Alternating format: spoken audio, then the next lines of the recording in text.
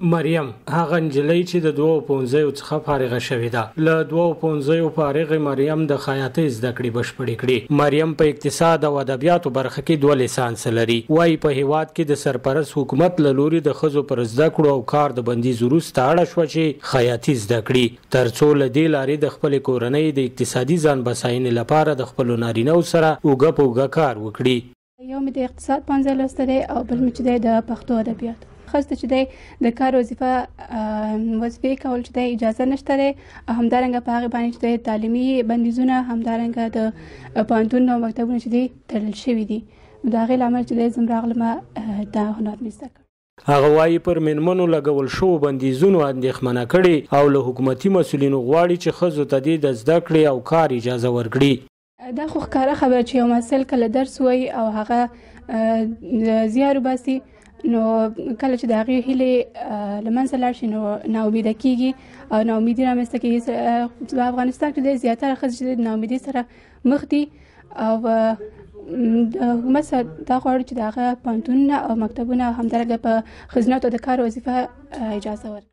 د مریم په ګډون دلته په ننګرهار کې د ګلبهار خیریه بنسټ د خیاطۍ روزنیزه برنامې له لارې 150 کونډې او بېوزله میرمنې فارغې شوې. د دغه بنسټ مسؤل وایي د 1.5 میلیونو افغانیو په ارزښت دغه برنامه پلي کړې چې فارغو میرمنو ته د کار په جریان کې د لارې مصارف د ګنډلو لپاره تکه او په وروستۍ برخه کې د خیاطۍ اړوند وسایل هم ورکول کیږي. نیم سلطنه دي چې دا د ننګرهار د 22 ولسوالیو نه موږ هغه خویندې راټولې کړي دي چې په واقعي ډول د هغوی په مخونو باندې د هغوی د کورنۍ هغه اقتصادي حالت بیخي د صفر سره ضرب و. د دوی د لارې مصارف موږ ورکړي دي، سفرې په موږ باندې وه، ورځني مصارف موږ ورکړي دي چې د کور خرچ ور باندې ویسي او کله چې دا نن فارغېږي موږ د 1.5 میلیونو افغانیو په ارزښت دوی ته ماشینونه توزیع کوو. خو د مریم ترڅنګ په دې روزنیزه برنامه کې نوري ګډونوالې میرمنې هم خوښې دي چې کسب زده کړ او له همدې لارې به خپلې کورنۍ ته ګټه ورسوي. دوی له مسؤلینو د دغه ډول برنامو د پراخېدو او دوام غوښتنه کوي.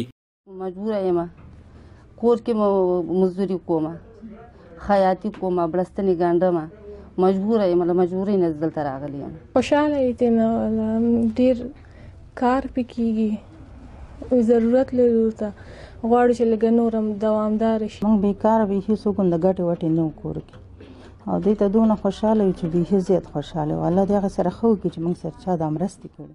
د یاد بنسټ د مسؤلینو د معلوماتو له مخې دغه برنامه د تیر 1 کال رئیسې په دې ولایت کې پیل کړي چې له مخې په ښار او ولسوالیو کې کابو 1200 میرمنو ته د خیاطۍ په برخه کې روزنه ورکړې او د کاري وسایلو مرسته هم ورسره کړې ده. صباحون ساحل، وحدت نیوز، ننګرهار.